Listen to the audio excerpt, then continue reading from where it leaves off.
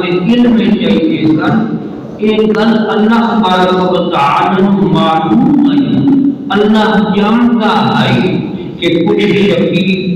بدبخت محروم نصیب حرمان نصیب لوگ ایسے بھی پیدا ہو سن کہ جو میرے اس محبوب پاک علیہ السلام نے واقعہ معراج نو اور آپ نے سفر معراج نو اپنی عقل ناقص دی قسمتی اتے جاننے کی کوشش کرے سن اور اپنے عقل دے نال سمجھنے کی کوشش کرے سن اور انہاں دی عقل قطعاً بھی اس قدر تسلیم کرنے واسطے تیار نہ ہو سی کہ اتنی عظیم مسافت، اتنی بعید مسافت، اتنا لمبا سفر مسجد حرام تو مسجد اقصیٰ تک، پھر مسجد اقصیٰ کو پہلا آسمان، پھر دوسرا آسمان، پھر تیسرا آسمان، 7 سماوات، 7 آسمان، پھر 7 آسمان کے بعد سدرۃ المنتہا، پھر سدرۃ المنتہا کے بعد جنت المأویٰ، پھر جنت المأویٰ کے بعد عرش معلیٰ، پھر عرش معلیٰ کے لامقام۔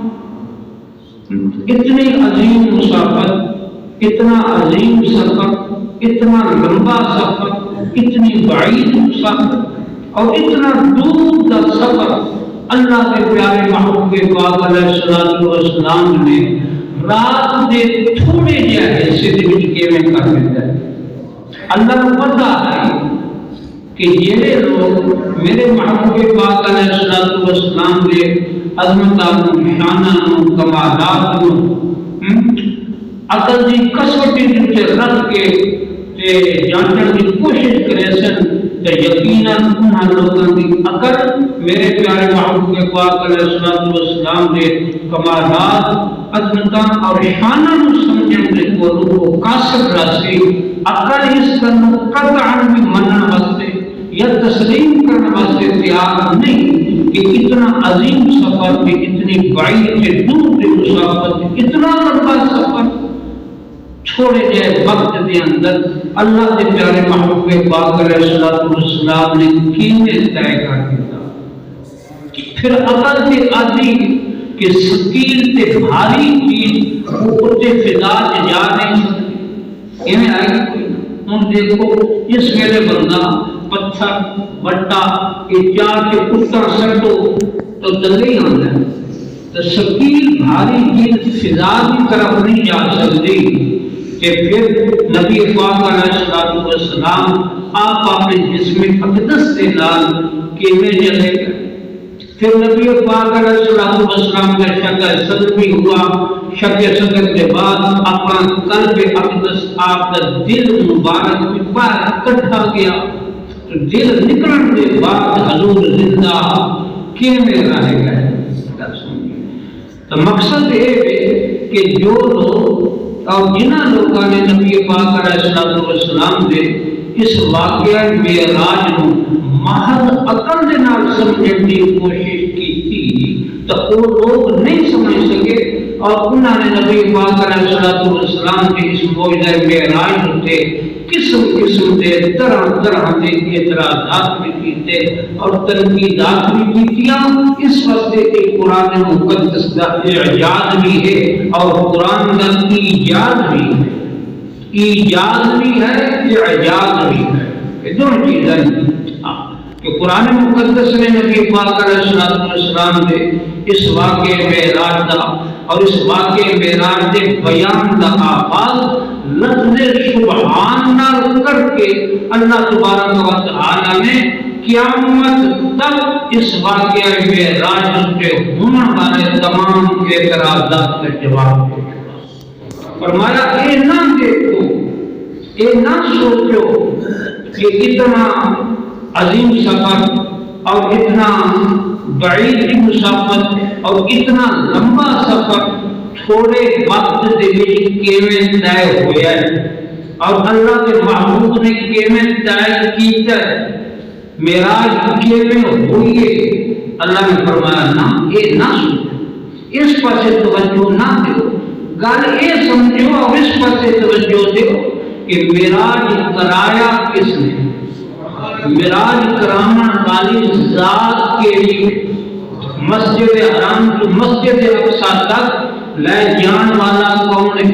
پھر مسجد اقصی تو پہلا دوسرا سبع سماوات، پھر سدرۃ المنتہا سے جنت المأویٰ سے لا مکان تک لے جامن والا کون ہے؟ صرف جامن والے نہ دیکھو، لے جامن والے نہ دیکھو۔ تو لے جان والی وہ ذات ہے جو کہ سبحان ہے،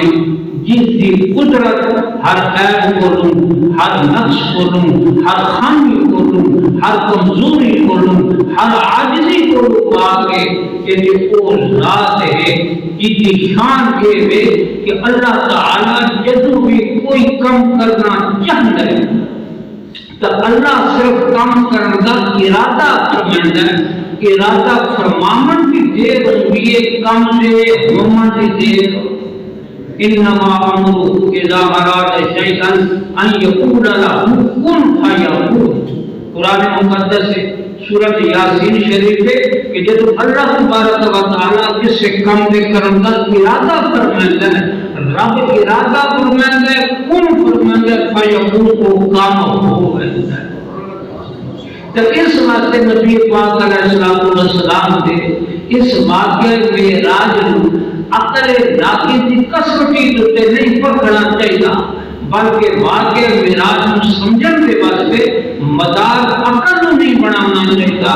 مدار عشق و محبت کو بنانا چاہیے۔ واقعہ معراج سے سمجھن کا مدار عقل محض سے نہیں ہونا چاہیے، عشق و محبت سے ہونا چاہیے، کیونکہ یہ واقعہ معراج اور یہ سفر ایک ایسا سفر ہے اور محبوب خدا صلی اللہ علیہ وسلم کا ایک ایسا معجزہ ہے اور محبوب خدا کا ایک ایسا انفرادی کمال ہے جو انسان کی عقل میں آ سکتا ہی نہیں۔ تو اس واسطے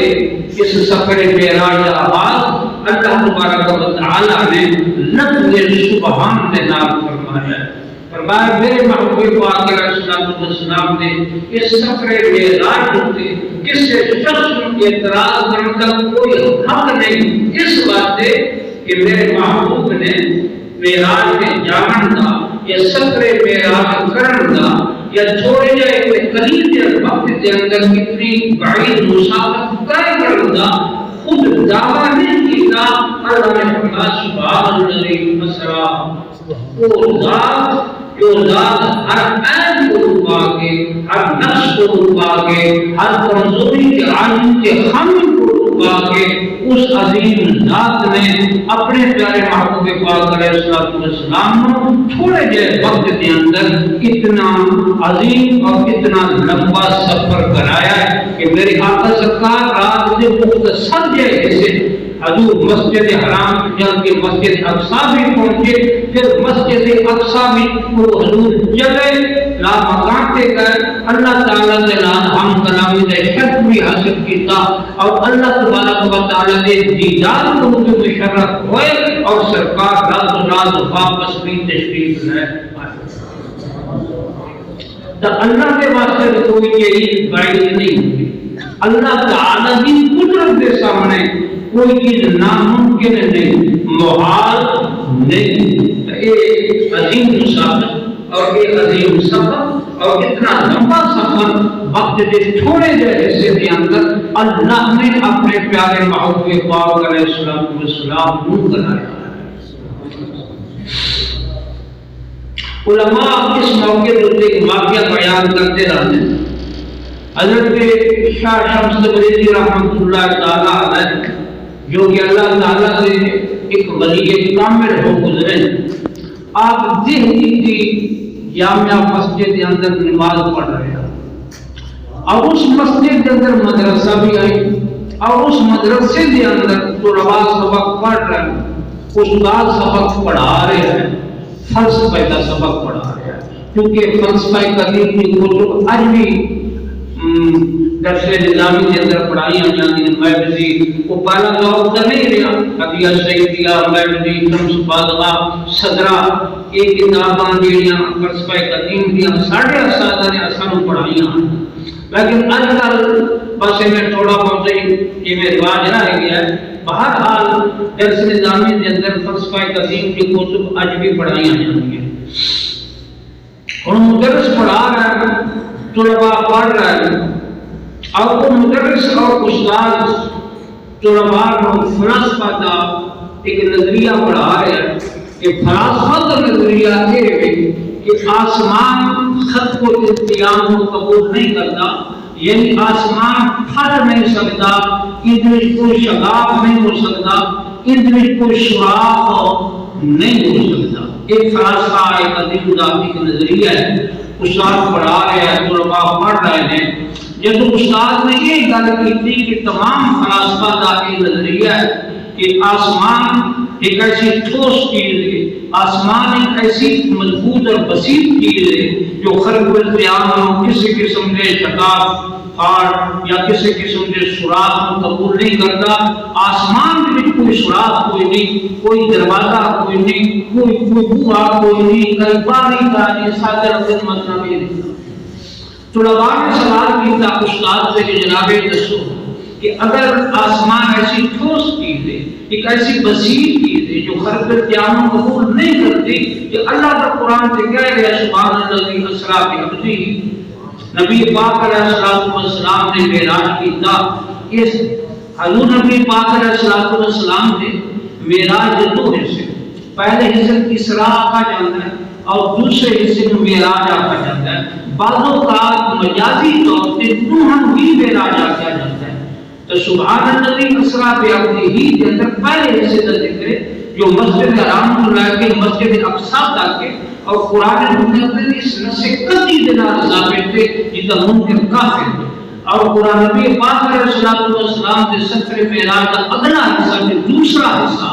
جو کہ مسجد اقصیٰ کو پہلے آسمان سے پھر پہلے آسمان کو اللہ مکان تک، وہ قرآن مقدس سورۃ النجم کے اندر کا ذکر ہے.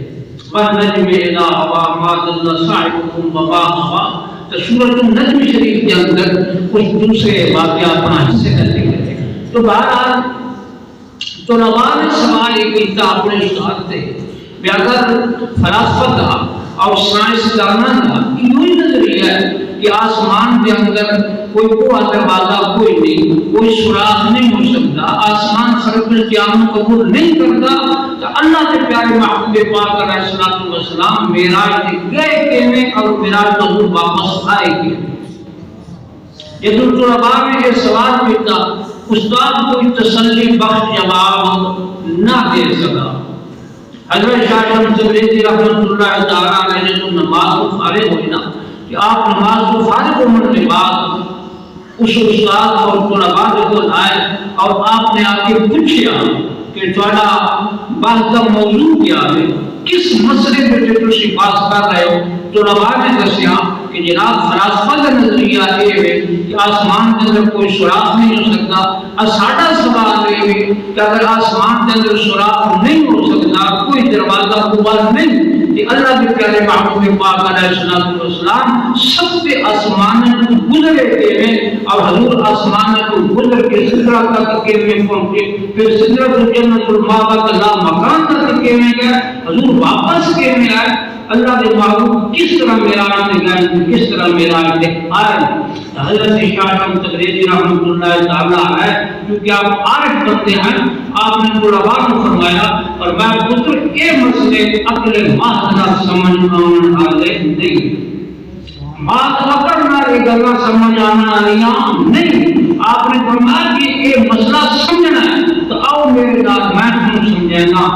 طلباء بھی چلے، استاد بھی چلے، حضرت شاہ شمس تبریزی رحمۃ اللہ علیہ بھی چلے. آپ مسجد کی دیوار کے ساتھ جا کے کھڑے ہو گئے، آپ نے ہاتھ مبارک کی چھڑی آئی، سوٹی آئی، آپ نے سوٹی لہرائی، سوٹی لہراتے ہوئے آپ مسجد کی دیوار سے اندر داخل ہو گئے اور پھر چھڑی لہراتے ہوئے آپ دیوار کو کاغذی واپس آ گئے اور آپ نے فرمایا اللہ سے بات معراج سے گئے نہیں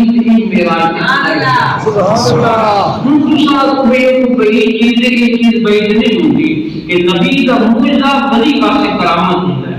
گل سمجھی؟ تو آپ نے کرامت کے ذریعے طلباء کے عقدہ سمجھایا اور یہ مسئلہ سمجھایا کہ نبی پاک علیہ السلام کے سفر معراج پہ جانا یہ مسئلہ ہی ایسا ہے کہ جو عقل ماہ کے نام سمجھ آ سکتا ہی نہیں. اور لفظ سبحان کی اللہ تعالیٰ نے یہ بھی اشارہ کر دیا سبحان الذی اسریٰ بعبدہ کہ بندے کو چاہیے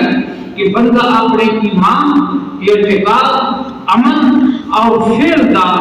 دار و مدار عقل محض سے نہ رکھے. بندے کو چاہیے ایمانیات اعتقادیات اعمال و افعال کی بنیاد اور اعمال و افعال کی مدار بندہ عقل محض سے نہ رکھے. عقل محض سے نہیں ہونی چاہیے بلکہ ایمان اعتقاد کا مدار اور ایمان اور اعتقاد کی بنیاد عشق و محبت سے ہونی چاہیے. کیونکہ اگر ایمان اور اعتقاد کا مدار عقل محض سے ہوئے تو پھر ہر کل ہر چیز ہر شے ہر مسئلے کو اگر عقل محض سے رکھ کے ہی سمجھا جائے سوچا جائے منا جائے تسلیم کیا جائے تب پھر معاملات سلجھن کے بجائے الجھن جائے. جب انسان اپنے ایمان کے اعتقاد کا مدار عشق و محبت سے رکھے تو پھر چکیلوں کافی اور دردوں یا کسی تذبذب کے لاحق ہونے کا کوئی خطرہ ہی نہیں ہوگا بلکہ جب ایمان کے اعتقاد کی بنیاد عشق و محبت سے ہوگی تو پھر شرح صدر تمامیت قلب اور اطمینان قلب سے سکون قلب کی دولت نصیب ہوگی. اس واسطے علامہ نے فرمایا علامہ پاک رحمۃ اللہ علیہ فرمایا عقل کو تردید سے فرصت نہیں عشق پر اعمال کی بنیاد رکھ. عقل کو تنقید سے فرصت نہیں. عقل کا کام تو ہے تنقید کرنا. عقل تنقید کر بھی راسی عقل اعتراضات کریں بھی راسی اپنے ایمان اعتقاد عمل کے فعل کی بنیاد عشق اور محبت سے رکھنی چاہیے. اور نبی پاک سرکار نے واقعہ معراج اس طرح ہوا ہے اسی طرح ہویا بھی ہے کہ جب میرے آقا سرکار صلی اللہ تعالیٰ علیہ وسلم سفر معراج کو واپس تشریف لائے کہ آپ نے دسیا تو کفار مکہ جنہوں نے نبی پاک علیہ السلام نے اس واقعہ معراج کو عقل ناقص کی کسوٹی کے جان کر کے پرکھن کی کوشش کی تھی وہ انکار کر بیٹھے. انہاں حضرات کیویں ہو سکتا ہے کہ رات میں بالکل چھوڑے جائے اسے کے اندر اتنا لمبا سفر تساں گئے بھی ہو تے پھر تساں واپس آئے بھی ہو. ان کو کفار مکہ جو کہ عقل محض کے بندے ہیں یہ تو انہوں نے سرکار سے اس معجزے کو عقل کی کسوٹی تے رکھ کے جان کر کے پرکھن کی کوشش کی تھی کہ پھر عقل تسلیم نہ کیتا انکار کر بیٹھے اور انہوں نے کفر کے اندر مزید شدت آ گئی. لیکن میں کر عشق و محبت تاجدار صداقت سیدنا صدیق اکبر رضی اللہ تعالی عنہ نے نبی پاک علیہ السلام نے اس معجزہ معراج نو اور آپ اس واقعہ معراج نو اور آپ اس سفر معراج نو عقل محض نال تسلیم نہیں کیتا بلکہ عشق و محبت نو مدار بنا کے عشق و محبت نو بنیاد بنا کے عشق و محبت کے مدار سے سیدنا صدیق اکبر رضی اللہ تعالی عنہ نے نبی پاک علیہ السلام نے اس واقعہ معراج کی حقانیت نو تسلیم فرمایا. عقل سے ابو بکر نو بھی کہہ دے رہے اے ابو بکر یہ کیویں ہو سکتا ہے ایک چیز عقل کے نزدیک ناممکن ہے محال ہے. عادتاً ایسا نہیں ہو سکتا کہ حضور وقت سے بالکل رات سے چھوڑے گئے حصے میں اتنا لمبا سفر حضور گئے بھی ہیں سرکار واپس بھی آ گئے. عقل کے ابو بکر نے بھی یاد دے رہی ہے کہ نہیں ہو سکتا. لیکن عشق نے کیا تھا عشق نے سمجھایا ابو بکر نے کہ اے ابو بکر نہیں ہو سکتا. عقل کے نزدیک انج نہیں ہو سکتا لیکن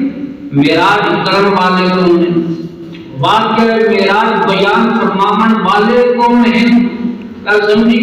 یہ محبوب اس محبوب کا واقعہ ہے کہ جس محبوب کی زبان اقدر سے تو آج تک کسی نے جھوٹ سنی نہیں. یہ واقعہ کیوں محبوب بیان فرما رہے ہیں کہ جس کی زبان نے آج تک جھوٹ بولا ہی نہیں. یہ محبوب خدا نے آج تک کسی معاملے میں جھوٹ نہیں بولا. تو معراج کے متعلق بھی محبوب خدا جو فرما رہے ہیں وہ حق کے سچ فرما رہے ہیں. تو دیکھو اس واسطے میں کہتا کہ بندہ مومن چاہیے کہ وہ اپنے ایمان اور اعتقاد کی بنیاد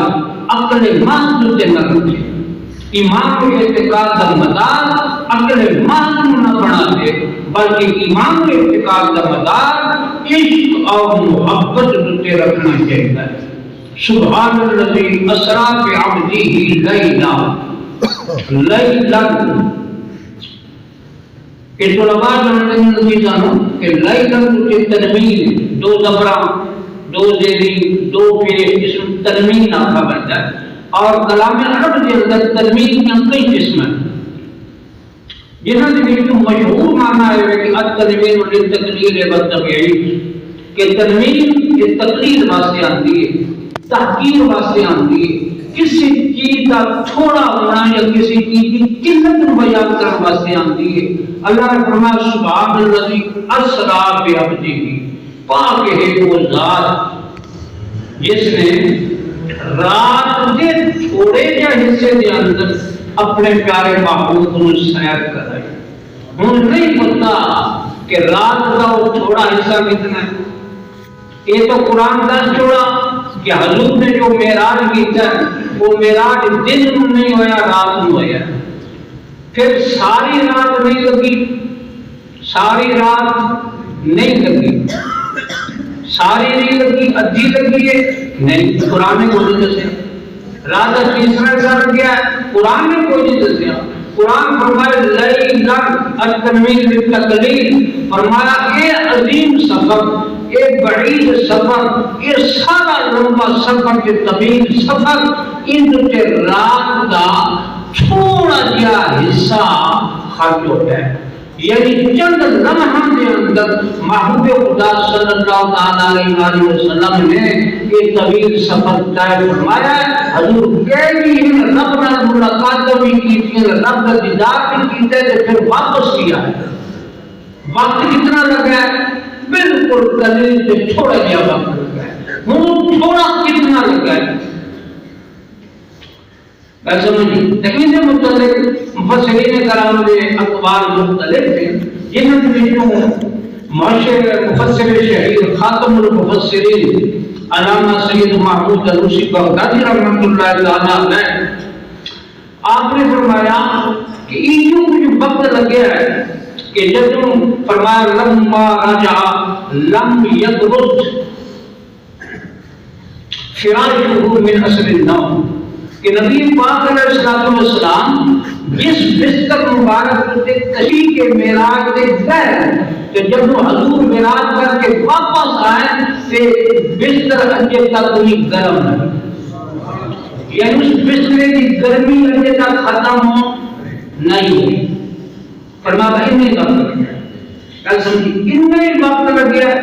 اور اتنے وقت ہیں جن علماء فرمائے ہیں بعض روایات بھی چل رہے کہ سرکار جس سے معراج سے تشریف کر گئے حضور واپس آئے تو آپ کے دروازے کی کنڈی مبارک میں اس کرام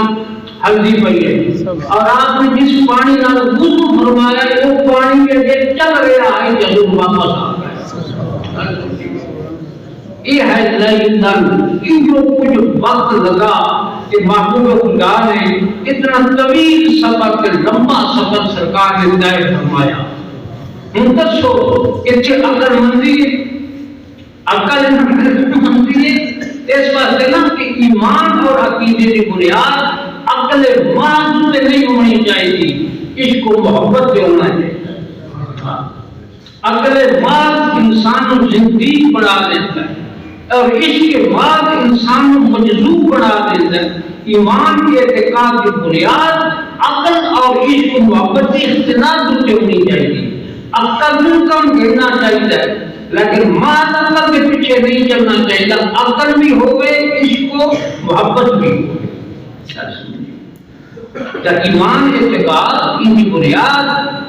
صرف عقل سے نہیں، عقل اور اس کو محبت سے ہو گئے۔ مجھ سے سوال ہونا ہے کہ یار اتنا عظیم طویل سفر جو ساتھ حضور گئے کہ اتنی دیر آئے واپس کے بستر کی گرم کنڈی میں ہلدی کھڑی ہے، پانی میں جو چلتا پیا ایک میں ہو سکتا ہے۔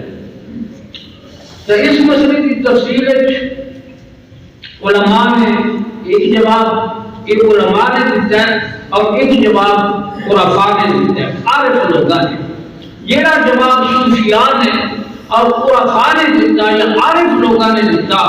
انہاں بڑا سادہ جا جواب دیتا کہ گل یہ ہے کہ یہ پوری کائنات، یہ جتنی کائنات ہے، ساری کائنات ایک جسم کی مانند ہے۔ یہ انسان کا جسم ہوتا ہے کہ جسم کے وچ روح ہوتی ہے، ہن جسم میں روح ہے تو اعضاء جسم حرکت کر رہے ہیں، ہاتھ ہلتا پیا ہے، آنکھ دیکھتی پئی ہے، زبان بولتی پئی ہے، کان سنتے پئے، یہ جسم کی وچ روح نکل بنے تو پھر اعضاء کی حرکت کرنا ختم، اعضاء کا سارا نظام بھی معطل ہو گیا ہے۔ کیا سمجھی؟ آنکھ دیکھ نہیں سکتی، کان سن نہیں سکتے، زبان چل نہیں سکتی، ہاتھ ہل نہیں سکتا، اعضاء جسم اس وقت حرکت کرے جب جسم کے اندر روح ہوگی، کہ روح نکل بنے تو سارا جسم بھی معطل اور اعضاء کا سارا سلسلہ بھی معطل۔ کہ قرآن نے سمجھایا کہ دیکھو نبی پاک علیہ السلام یہ ساری کائنات انسانی جسم کی مانند ہے اور محبوب خدا صلی اللہ تعالی علیہ وسلم کی ساری کائنات واسطے روح اور حضور ساری کائنات کی جان ہے۔ کہ جب تک جسم کی جان کے روح ہوگے کہ جسم حرکت کرتا ہے۔ اس واسطے اللہ کے پیارے محبوب پاک علیہ السلام جب تک اس کائنات رہے تو کائنات کا سارا نظام چل رہا ہے، گردش لیل و نہار بھی ہے، شمس و قمر بھی حرکت کر رہے ہیں، سورج بھی نکلتا پیا ہے، غروب بھی ہوتا پیا ہے، غروب بھی ہوتا پیا ہے، چاند بھی آتا پیا، موسم میں تبدیلیاں بھی ہیں، ہوا بھی ہیں، برساتیں بھی ہیں، بہاریں بھی ہیں۔ جب تک حضور اس کائنات جائے کہ جب سرکار اس کائنات میں تو نکل کے کائنات میں اس جہان میں تو نکل کے ماورا چلے گئے کہ حضور عالم غیب کی طرف تشریف لے گئے تو جس سے کائنات کا نظام آئی کچھ ہی ہو گیا۔ کل سمجھے کچھ ہی سارا نظام رک گیا، نہ رات ہے نہ دن ہے،